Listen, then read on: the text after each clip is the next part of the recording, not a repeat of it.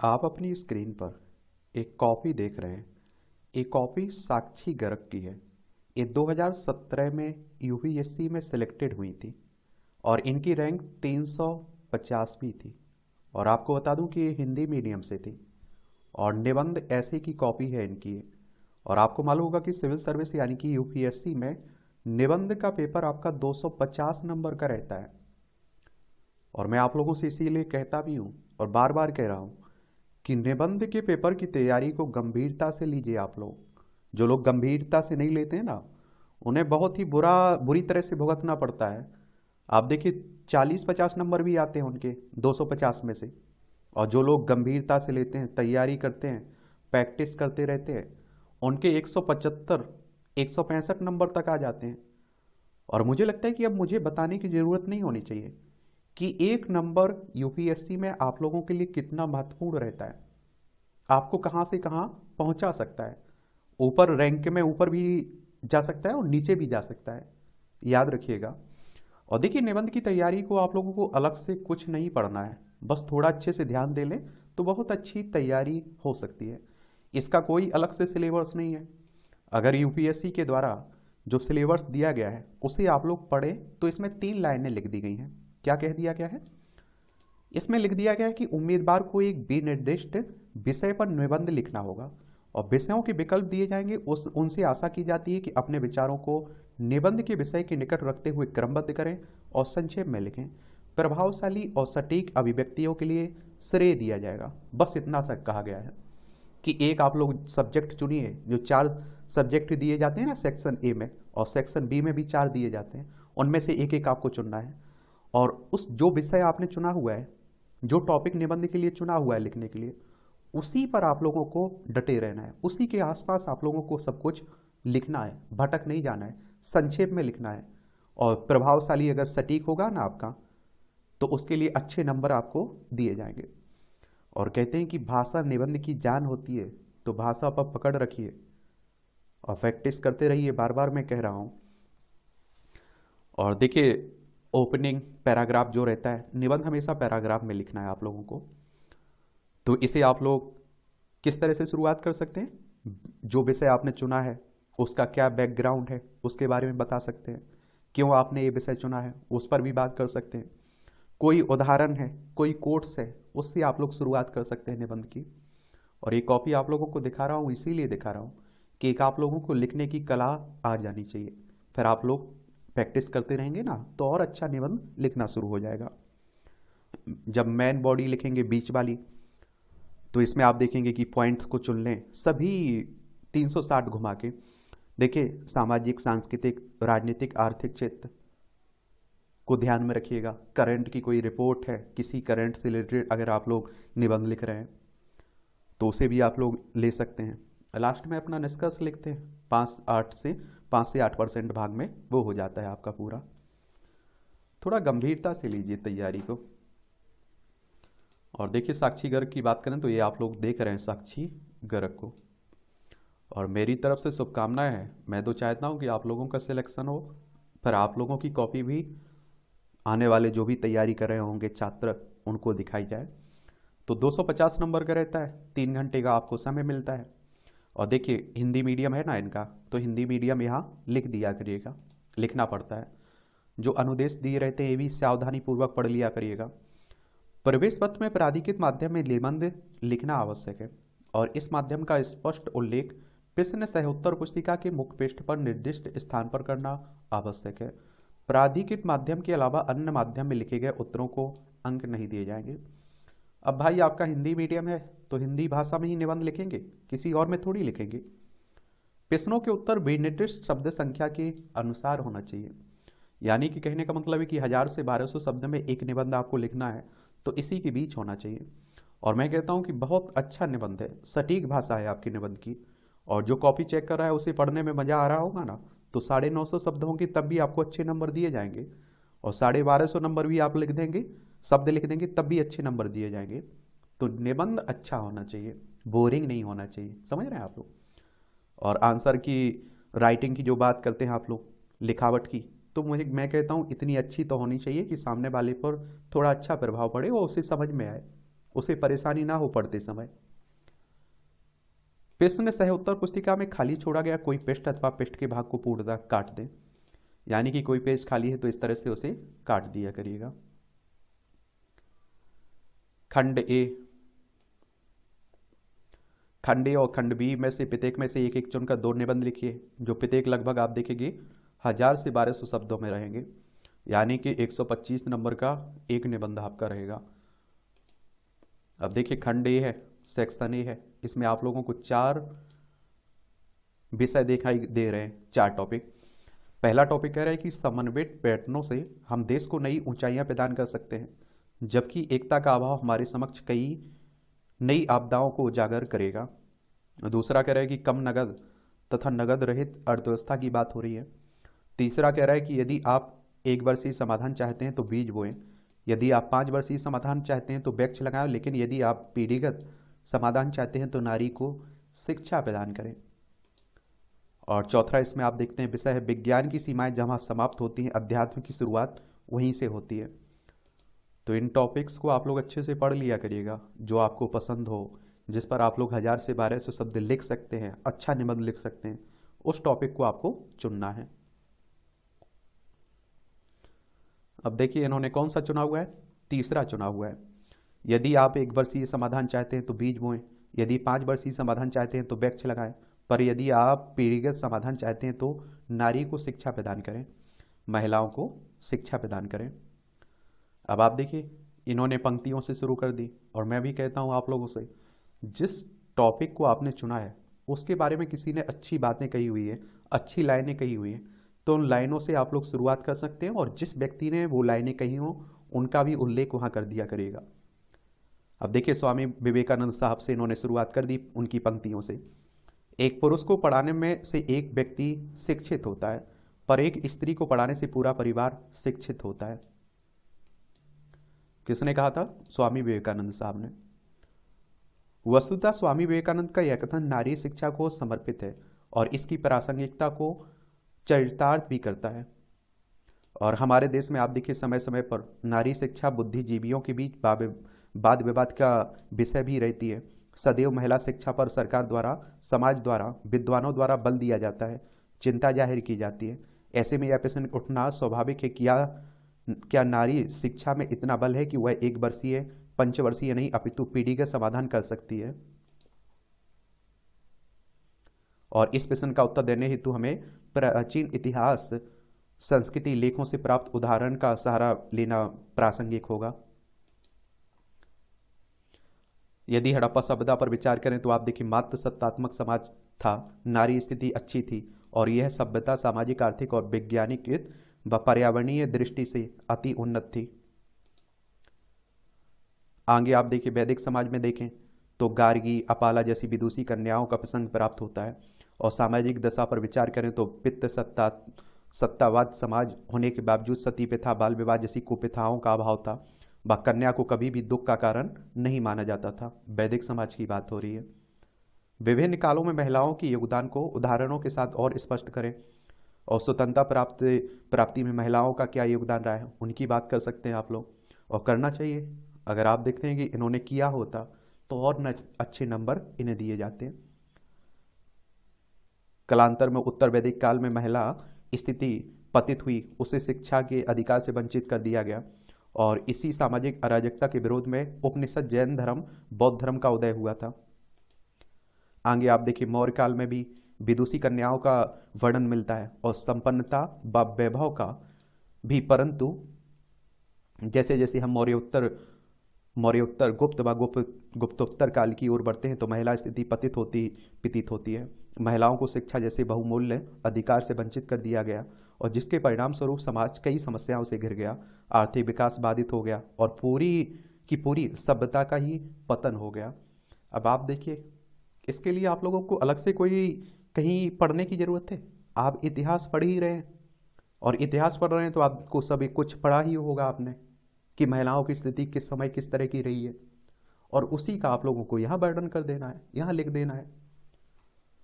इसीलिए कह रहा हूँ थोड़ा गंभीरता प्रैक्टिस करते रहेंगे ना तो सब कुछ अच्छा हो जाएगा। ये आप देखिए चार्ट इन्होंने एक तरह से बना दिया, सामाजिक आर्थिक विकास और 21वीं सदी महिलाओं की शिक्षा तक पहुंच की बात हो रही है।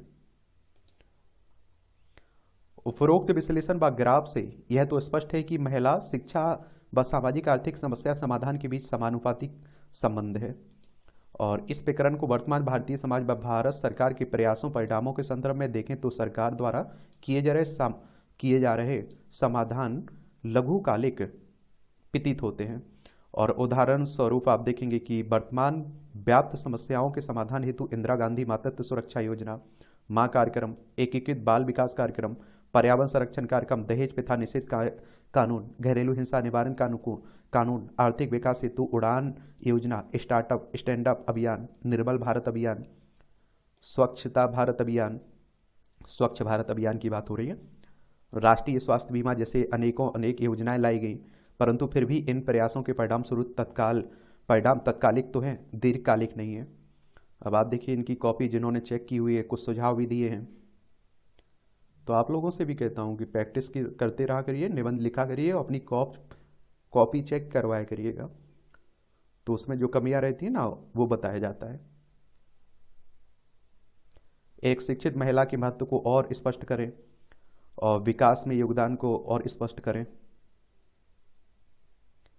तो फिर क्या दीर्घकालिक सतत व समावेशी तीव्र विकास की अवधारणा को पूरा करने हेतु हमें महिला शिक्षा पर ध्यान देना होगा। और इन प्रश्नों के उत्तर हेतु महिला प्रासंगिकता को सामाजिक, आर्थिक, राजनीतिक, प्रशासनिक, वैज्ञानिक और पर्यावरणीय हर परिप्रेक्ष्य में देखना होगा। और सामाजिक परिप्रेक्ष्य में विचार करें तो एक शिक्षित महिला बाल विवाह, सती कुप्रथा, विधवा पुनर्विवाह निषेध जैसी तार्किक रूढ़ियों को तार्किकता के आधार पर आप देखते हैं कि परखेंगी और अतार्किक पाए जाने पर स्वयं इसका तिरस्कार भी कर देंगी। समाज में देखा गया है कि महिला ही महिला के विरुद्ध इस तरह के अत्याचार करती हैं। उदाहरण स्वरूप वधू को पुत्र न होने पर उसे अक्षम, कुंठ करार दिया जाता है, जबकि शिक्षित महिला ऐसा नहीं करेगी। एक बात आप लोगों ने भी देखी होगी और आप लोगों को, अब पढ़ लिख गए आप लोग तो आपको हंसी आती होगी। आप देखते हैं कि अगर बेटियां हो रही तो उसका जिम्मेदार उस महिला को ठहराया जाता है। वैसे देखिए इसमें किसी की गलती नहीं होनी चाहिए, ना तो पुरुष की बात होनी चाहिए और ना ही महिला की। लेकिन अगर आप देखेंगे साइंस के हिसाब से तो उसमें पुरुष जिम्मेदार है, ना कि महिला। लेकिन आप देखते हैं हमारे समाज में महिलाओं को जिम्मेदार ठहरा दिया जाता है। पढ़ी लिखी महिला विषाणु, कीटाणु आदि के संक्रमण को समझते हुए अत्यधिक सतर्क रहेगी और उसके द्वारा स्वच्छता का विशेष ध्यान रखा जाएगा, और जिससे एक और स्वच्छ भारत अभियान की संकल्पना सख्त होगी और दूसरी ओर डायरिया, मलेरिया, डेंगू जैसी बीमारियों से निजात मिलेगी। परिवार के विकास के संदर्भ में आप देखते हैं स्वास्थ्य जागरूकता व जनसंख्या के संदर्भ में भी उल्लेख यहाँ करना है, ये सुझाव दिया जा रहे हैं। शिक्षित महिला द्वारा सही समय अंतराल पर गर्भाधान का ध्यान रखा जाएगा और सही खुराक, स्तनपान, टीकाकरण आदि के परिप्रेक्ष्य में सतर्क रहने से मातृत्व मृत्यु दर, नवजात मृत्यु दर, कुपोषण, पोलियो जैसी समस्याएं कम हो जाएंगी। और ऐसे में आप देखते हैं कि जननी सुरक्षा योजना, 2 बूंद जिंदगी की, माँ कायाकल्प जैसी लघुकालिक कार्यक्रमों की आवश्यकता नहीं होगी। और आप देखें आर्थिक परिप्रेक्ष्य में देखें, शिक्षित महिला स्वयं अपनी आजीविका कमाकर आर्थिक रूप से आत्मनिर्भर व सशक्तिकृत होगी और अपने साथ साथ देश के विकास में योगदान देगी, परिवार के विकास में योगदान देगी। अंतर्राष्ट्रीय मुद्रा संघ, देखिए आप लोगों से कहता हूँ ना कि कोई एजेंसी किसी तरह के आंकड़े दे रही है तो उन आंकड़ों का भी यहाँ उल्लेख कर सकते हैं आप लोग। तो IMF की रिपोर्ट के अनुसार भारतीय अर्थव्यवस्था में महिला सहभागिता से सकल घरेलू उत्पाद में 27% की वृद्धि दर्ज की जा सकती है, बढ़ोतरी। और प्रशासन में महिला की सहभागिता बढ़ेगी। महिला सहभागिता से प्रशासन में करुणा, संवेदना, भावुकता, दया, सहनशीलता, दूरदर्शिता आदि नारीत्व गुणों का समावेश होगा। गांधी जी ने कहा था कि जिस समाज में नारीत्व के गुणों का समावेश हो गया उसे आगे बढ़ने से दुनिया की कोई ताकत नहीं रोक सकती है। ग्रामीण क्षेत्रों में शिक्षा के अभाव को और स्पष्ट करें, ये सुझाव दिया जा रहा है। पंचायत में आज महिला आरक्षण से भागीदारी तो बढ़ी है परंतु अभी भी पति के पीछे कार्य करती हैं। शिक्षित प्रशिक्षित महिला अपने अधिकार व कर्तव्यों को भली भांति समझ आत्मनिर्भर होकर सुशासन कर सकती हैं, अगर महिलाएं जागरूक हुई, पढ़ी लिखी हुई तो। और आप देखिए महिला शिक्षा का एक आयाम पर्यावरण से भी जुड़ा है। वस्तुतः शिक्षित नारी पर्यावरण के महत्व को तार्किक रूप से समझेगी और उसका संरक्षण करेगी तब सरकार को उज्ज्वला जैसी योजनाओं की आवश्यकता ही नहीं पड़ेगी। और इस संदर्भ में नारी शिक्षा की प्रासंगिकता को समझते हुए सरकार द्वारा अनेकों अनेक प्रयास भी किए जा रहे हैं। जैसे आप देखिए सरकारी प्रयास देख, बेटी बचाओ बेटी पढ़ाओ, उड़ान योजना, किरण योजना, छात्रवृत्ति कार्यक्रम, शिक्षा का अधिकार, कस्तूरबा गांधी बालिका विद्यालय। और यद्यपि अभी भी इस दिशा में अनेक चुनौतियां हैं। नेशनल सैंपल सर्वे के आंकड़ों के अनुसार प्राथमिक शिक्षा में तो ये आप देखिए इनरोलमेंट रेट 96% है, परंतु उच्च शिक्षा तक पहुंचते पहुंचते यह अति न्यून हो जाता है। आप देखते हैं कि शुरुआत में तो शिक्षा सभी बच्चों को मिलती है, चाहे वो बेटी हो बेटा हो, लेकिन उच्च शिक्षा में भेदभाव होने लगता है। कई परिवारों में आप देखते हैं कि बेटे को आगे पढ़ाते हैं, बेटी को की शिक्षा को रोक देते हैं। और समाज में ऐसी मनोवृत्ति बनी हुई है कि लड़कियों को मात्र काम भर की शिक्षा ही प्राप्त करनी चाहिए और शिक्षा पर ज़्यादा निवेश करना फिजूल खर्ची होगा। विद्यालयों की घर से दूरी, पृथक शौचालय की अनुपस्थिति आदि भी इस परिप्रेक्ष्य में बाधक हैं और जिनके समाधान की आवश्यकता है। और संबंधित चुनौतियों को और स्पष्ट करें, शिक्षा के साथ स्वास्थ्य और योजना की ओर और चर्चा करें, ये भी कहा जा रहा है, इन्हें सुझाव दिया जा रहा है।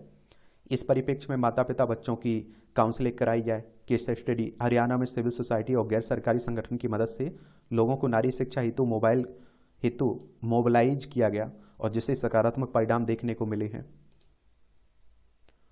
और इसके साथ ही पृथक शौचालय, पर्याप्त महिला शिक्षक उपस्थिति, सुरक्षित वातावरण उपलब्ध कराया जाना चाहिए। और उच्च शिक्षा संस्थानों में भी अनुपात संतोषजनक रखने हेतु लड़कियों को कुछ इनिशिएटिव प्रदान किए जाने चाहिए। और इसमें केस स्टडी देखिए बिहार की इन्होंने उल्लेख कर दिया कि बिहार में उच्च प्राथमिक शिक्षा पूरी कर चुकी लड़कियों को साइकिल प्रदान की गई ताकि वे थोड़ी दूरी पर स्थित उच्च विद्यालय तक सुलभता से पहुंच सकें और परिणाम स्वरूप उच्च शिक्षा में लड़कियों की भागीदारी में उत्थान देखा गया है। अच्छी बात है।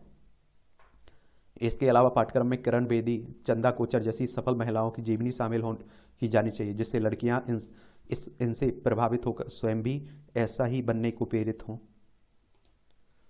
और वस्तुतः इस प्रकार से हम नारी शिक्षा स्थिति में ज़्यादा से ज़्यादा सुधार कर सकेंगे और देश में व्याप्त अनेक समस्याओं का समाधान करना संभव हो सकेगा। और इस परिप्रेक्ष्य में कार्ल मार्क्स ने भी कहा, किसी देश की स्थिति का अनुमान वहाँ की नारी शिक्षा को देखकर भली भांति लगाया जा सकता है। अब आप देखिए 125 नंबर में से इन्हें 45 नंबर दिए गए। अब आप सोचिए कि इन्हें जो सुझाव दिए गए कि इसमें ये सुधार हो सकता था, इसका भी उल्लेख कर सकते थे, तो और अच्छे नंबर इन्हें मिलते।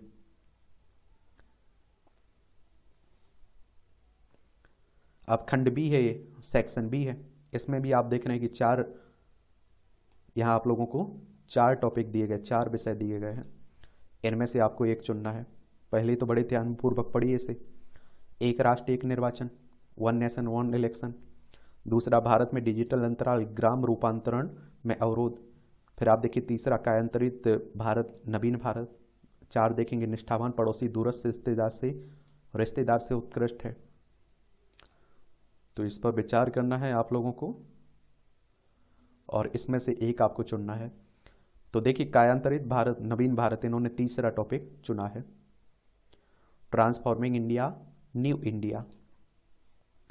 अब देखिए इन्होंने पंक्तियों से शुरू कर दिया। मेरा देश मेरा गौरव, मेरा भारत पल पल में बदल रहा, कहीं झुक रहा है तो कहीं उठ रहा है। यह कब स्थिर था, अब स्थिर रहेगा। अब तो यह और तेजी से आगे बढ़ रहा है। निबंध का मतलब होता है निर्बंध, कोई बंधन नहीं होता है। आपको अच्छा जिस तरह से लगता है शुरुआत कर सकते हैं, लेकिन चेक जो कॉपी करेगा उस पर प्रभाव पड़ना चाहिए। अच्छा याद रखिएगा। वस्तुतः आजकल टीवी, समाचार, सोशल मीडिया, रेडियो पर सर्वाधिक सुनाई जाने वाली गूंज है कायांतरित भारत, नवीन भारत। निसंदेह हमारा देश तो हमेशा से परिवर्तनशील रहा है, परंतु आज पूर्णतः कायांतरण कर नए भारत का निर्माण करने की संकल्पना मेरे मन में कौतूहल उत्पन्न करती है। आखिर हमारा नवीन देश कैसा होगा? क्या हमारा भारत अमेरिका की तरह आधुनिक विकसित होगा, जहां बड़ी बड़ी इमारतें, अपार संपत्ति, चमचमाती सड़कें होगी, या फिर हमारा भारत भूटान जैसा खुशहाल होगा, जहां आप देखिए पैसा तो कम पर संतोष स्तर पर बहुत ऊंचा है? और या फिर भारत इजराइल की तरह आधुनिक तकनीक युक्त मॉडल प्रस्तुत करेगा? और आखिर कैसा होगा नवीन भारत? किस मॉडल पर आधारित होगा? क्या भारत अपना बिलग मॉडल प्रस्तुत करेगा? समय के साथ भारत में हुए परिवर्तनों को संक्षेप में लिखें। देखिए, इन्हें सुझाव दिया जा रहा है और इस प्रश्न का उत्तर देना इतना आसान नहीं है, परंतु फिर भी हम नवीन भारत के मॉडल की झलक वित्त मंत्री जी के फरवरी 2017 में दिए गए बजट भाषण से प्राप्त कर सकते हैं, जहां मंत्री जी ने टेक इंडिया की संकल्पना प्रस्तुत की। टेक इंडिया, इसमें आप देखिए transform India, energize India, clean India, कायांतरित व नवीन भारत। और आप देखिए वस्तुतः इसी परिप्रेक्ष्य में नवीन भारत की संकल्पना तलाशनी होगी। यदि हम ट्रांसफॉर्म इंडिया को परिभाषित करें तो यह बहुआयामी अवधारणा प्रस्तुत करता है और इसके राजनीतिक, आर्थिक, प्रशासनिक, सामाजिक, सांस्कृतिक, धार्मिक अनेक आयाम प्रस्तुत होते हैं। और नवीन भारत की संकल्पना को और स्पष्ट करें। यदि सामाजिक परिप्रेक्ष्य में देखें तो ऐसा भारत जहां महिला, दिव्यांग, ट्रांसजेंडर सभी के लिए सम्मान हो, संवेदना हो, प्रेम हो, सुरक्षा हो और इन्हें विशेष या अलग का दर्जा ना देकर समानता का दर्जा दिया जाए। चाहे दिव्यांग हो, चाहे ट्रांसजेंडर हो, या फिर आप देखिए फिर हो नारी, ना कम में ना ज्यादा में, ये भारत के विकास में है बराबर की हकदारी। तो इस तरह की लाइनों का आप लोग उल्लेख कर सकते हैं कोट्स का। आर्थिक परिप्रेक्ष्य में देखें तो ट्रांसफॉर्म इंडिया के अंतर्गत एक देश एक कर, विकसित व आत्मनिर्भर समावेशित अर्थव्यवस्था की संकल्पना की गई है। आप देखिए डिजिटलाइजेशन के माध्यम से स्मार्ट सरकार, स्मार्ट प्रशासन, स्मार्ट जनता की संकल्पना की गई है और देश की अर्थव्यवस्था कैशलेस व कैशलेस होगी। और यदि आप देखिए राजनीतिक परिप्रेक्ष्य में देखें तो नवीन भारत के तहत केंद्रीकृत, अर्ध संघवाद आदि अवधारणाओं से ऊपर उठकर प्रतिस्पर्धी व सहकारी संघवाद की संकल्पना की गई है। और देखिए इन्हें सुझाव दिया गया है, आधुनिकता की ओर बढ़ते समावेशी प्रयासों की चर्चा करें। स्मार्ट सरकार, स्मार्ट प्रशासन, स्मार्ट जनता। और जहां देश का प्रत्येक राज्य केंद्र के साथ मिलकर आपस में प्रतिस्पर्धा करके विकास की ओर उन्मुख हो। तृतीय स्तर की सरकार अर्थात स्थानीय प्रशासन, सरकार, पंचायत, नगर पालिका, नगर निगम को मजबूत बनाया जाए व नीचे से ऊपर की ओर विकास का मॉडल प्रस्तुत हो। और देश का आप देखिए प्रत्येक नागरिक आर्थिक रूप से विकसित होने के साथ साथ नैतिक रूप से भी विकसित हो। लोगों को योगा से जोड़ा जाए जिससे वे सहिष्णु, एकीकृत व स्वस्थ हो। अर्थात नवीन भारत की संकल्पना में घरेलू उत्पाद में वृद्धि के साथ साथ संकल्प प्रसन्नता अनुपात में भी वृद्धि पर जोर दिया जाएगा। अब देखिए इन्हें यहाँ सुझाव दिया गया, सीमित संसाधनों में आर्थिक लाभ को और स्पष्ट करें।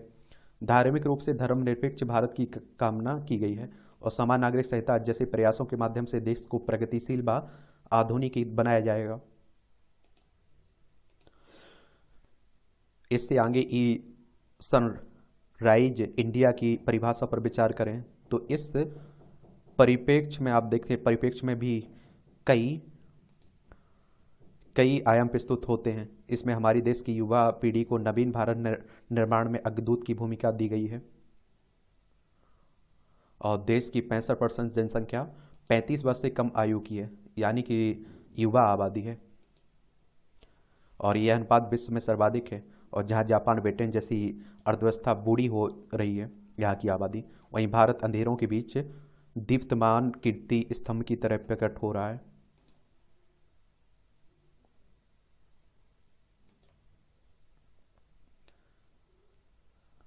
और देश की युवा पीढ़ी को प्रशिक्षित कर कौशल रूप से विकासवान कर देश को अभिभूत कायांतरण की ओर बढ़ाया जा सकता है। और जो नई शिक्षा हमारी नीति आई हुई है ना, उसका यही उद्देश्य भी है।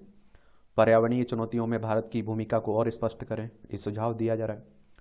स्वामी विवेकानंद के अनुसार युवाओं को असीम ऊर्जा होती है युवाओं में और इस ऊर्जा का प्रयोग बड़े से बड़े कायांतरण में किया जा सकता है। वस्तुतः भारत को मानव संसाधन की कैपिटल के रूप में विकसित कर सकते हैं और इस युवा पीढ़ी का अगर हम लाभ उठा लें तो अच्छी बात है, वरना आगे चलकर यही हमारे ऊपर बोझ भी बन जाएगी। हमारे देश में आप देखिए स्टार्टअप स्टैंड जैसी योजनाओं के माध्यम से शीघ्र ही युवा रोजगार मांगने वाले नहीं बल्कि रोजगार प्रदान करने वाले बनेंगे। और टेक इंडिया में सी, क्लीन इंडिया से तात्पर्य स्वच्छ भ्रष्टाचार मुक्त भारत। भ्रष्टाचार से मुक्त भारत वास्तव में विकास के नए कीर्तिमान स्थापित कर सकता है। काला धन हो, मनी लॉन्ड्रिंग, जमाखोरी अपने अब में अनेक जटिल समस्याओं को जन्म देती हैं। जैसे आप देखिए, राजस्व हानि हो, तस्करी, आतंकवाद, मादक द्रव्य पदार्थ उपभोग, वैश्यावृत्ति, कुशासन, असमानता, उपभोक्तावादी प्रवृत्ति आदि। और इससे न सिर्फ आर्थिक विकास अवरुद्ध होता है, वस्तु सामाजिक विकास भी क्षुब्ध हो जाता है। परंतु कायांतरित भारत, नवीन भारत के संकल्पना में काले धन की कोई जगह नहीं है। और देखिए, न्यू इंडिया की बात सबके चेहरे पर मुस्कान लाई। नई है बात, नए हैं रंग, और नई है इसमें उमंग। नई रोशनी को आकार अंधेरों से टकराई है। काले धन को भी बदलना पड़ा अपना रंग। देखिए, यहाँ इन्हें सुझाव दिया गया, प्रभावी उद्धरणों का उल्लेख करें।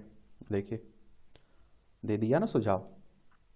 इसके साथ ही स्वच्छ भारत को वास्तविकता में चरितार्थ किया जाएगा। यह हमारे बापू महात्मा गांधी को वास्तविक व अमूल्य श्रद्धांजलि के स्वरूप में अर्पित किए जाने की संकल्पना की गई है। और इस हेतु सरकार द्वारा अनगिनत प्रयास भी किए जा रहे हैं। नवीन भारत, ट्रांसफॉर्म इंडिया और सनराइज एनराइज और क्लीन। तो इसमें आप देखिए, बेटी बचाओ पढ़ाओ, मेरा देश मेरा गौरव, 2024 तक किसान आय दोगुनी लक्ष्य, स्मार्ट सिटी, अमृत और हृदय। और यहाँ आप देखेंगे इसमें तो प्रधानमंत्री युवा सशक्तिकरण योजना, स्टार्टअप स्टैंड अप, मुद्रा योजना, कौशल विकास कार्यक्रम, सर्व शिक्षा अभियान, नई स्वास्थ्य नीति। और क्लीन में आप देखिए, निर्मल भारत अभियान, स्वच्छ भारत अभियान, विमुद्रीकरण, बेनामी ट्रांजैक्शन और आधार कार्ड अनिवार्यता, जेम 1080, प्रोजेक्ट इनसाइट और डिजिटलाइजेशन। एक व्यवस्थित योजना के साथ निबंध लिखें, ये सुझाव दिया जा रहा है इन्हें। आदि अनेक योजनाएं हैं जिनके माध्यम से सरकार न्यू इंडिया की संकल्पना को वास्तविक धरातल पर चरितार्थ करने का अथक प्रयास कर रही है। परंतु यह भी महत्वपूर्ण है कि राजनीतिक इच्छा शक्ति, प्रशासनिक प्रतिबद्धता के साथ साथ बड़े स्तर पर निजी क्षेत्र, गैर सरकारी संगठन, सिविल सोसाइटी व आम जनता के सहयोग की आवश्यकता है। अर्थात 4P model, public private people partnership के आधार पर ही कायांतरित भारत, नए भारत को वास्तविकता में प्राप्त किया जा सकेगा। और इस प्रकार भारत विकास का एक अद्वितीय मॉडल प्रस्तुत करेगा जो अन्य विकासशील देशों हेतु भी संकेत प्रतिमान की भांति दृष्टिगत होगा। अब देखिए, 125 नंबर में से इन्हें 41 नंबर दिए गए इसमें। इस तरह से आप देखें, टोटल 250 नंबर में से इन्हें 86 नंबर दिए गए। कितने? 86 नंबर। आप लोग भी प्रैक्टिस करते रहिए, और प्रैक्टिस करते रहेंगे तो आप अच्छा निबंध लिखने लगेंगे, इतना भरोसा रखिए। अब आपका कोई सुझाव हो, सवाल हो तो ज़रूर बताइएगा। मेरी तरफ से शुभकामनाएं हैं। आप लोग ईमानदारी से मेहनत करिए, आगे बढ़िए।